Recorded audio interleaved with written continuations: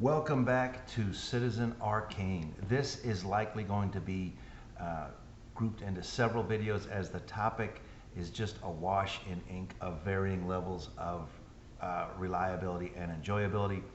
There are so many books that any kind of list is going to wind up wanting, and there are so many books on my TBR that I won't get to them in any reasonable amount of time. And there are also books that I've only heard of or seen once and never seen again. So, if anybody has any knowledge of any of these books, please do let us know in the comments. I do have a little bit more than a casual interest in the subject. Again, I did serve, but I spent about 12 of the last 20 years in Asia, mostly in Vietnam, but I have been to Laos, which features heavily in a lot of these books, and Cambodia and other places in Thailand and other places. I've also been to what used to be called the American War Crimes Museum in Saigon, which is now called the War Remnants Museum. And I have been to Hoa Lo Prison, but that was a long, long time ago. That's in Hanoi. It features heavily in a lot of these books. And I don't have a good link for them, but we'll work on that. And I just wanted to talk a little bit too about one of the reasons I'm interested in this, and that is that when I first moved to Vietnam in 2002 is when I actually moved there.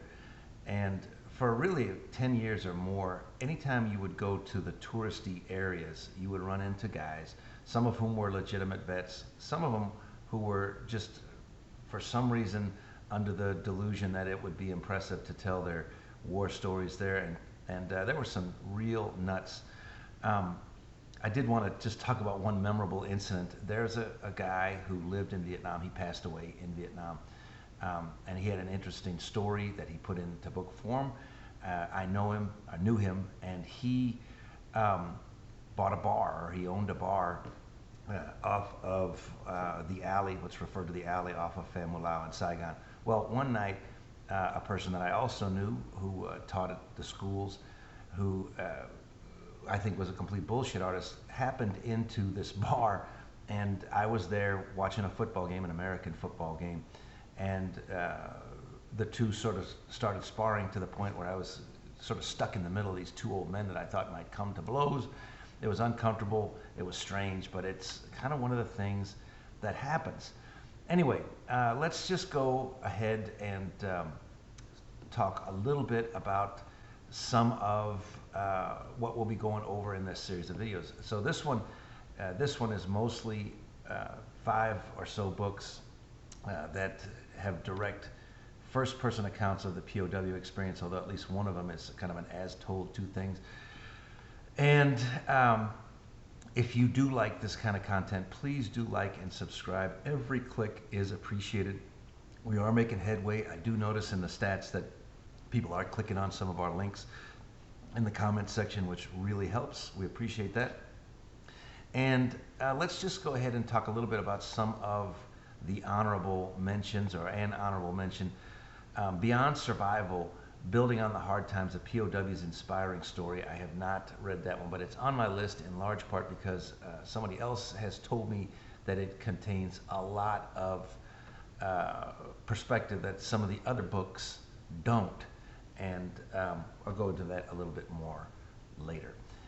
And there's also the books that go into the conspiracy side of the house, like Tailwind, I think that's what it is, and then the books that came out to debunk that, and Kiss the Boys Goodbye. But here we go. Number 5 on my list is Turncoat. This actually has to do with a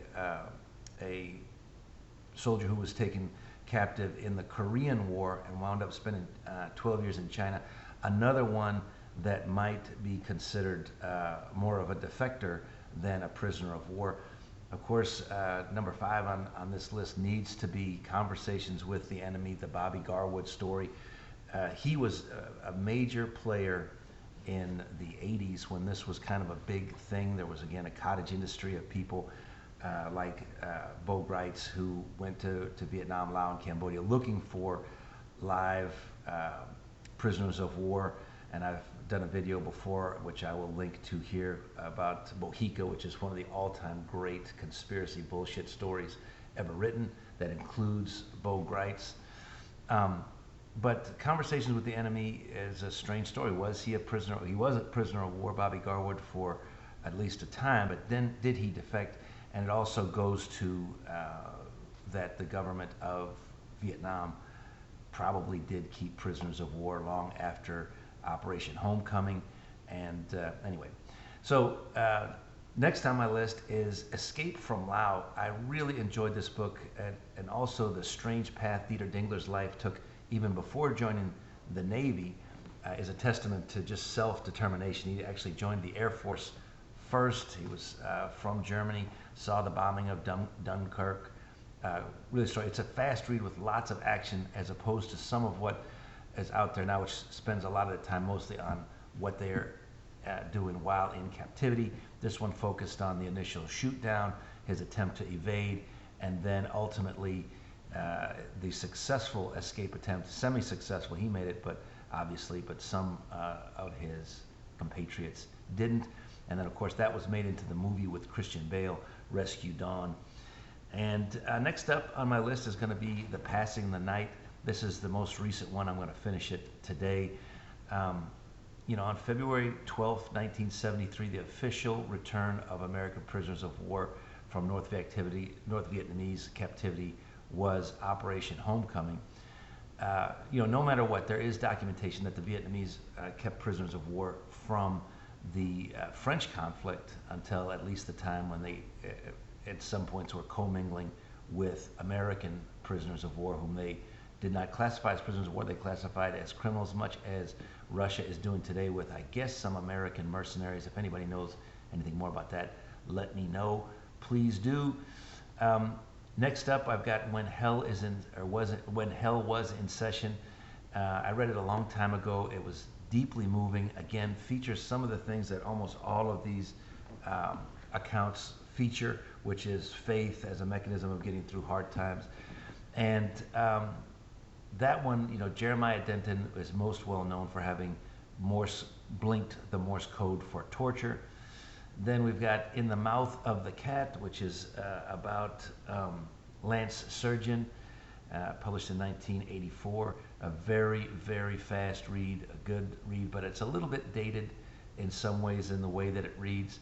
Anyway, those are just 5 books that I came across. Please let me know what you think, what books you've come across. I hope there are other booktubers out there that are interested in this type of material, and have a great day.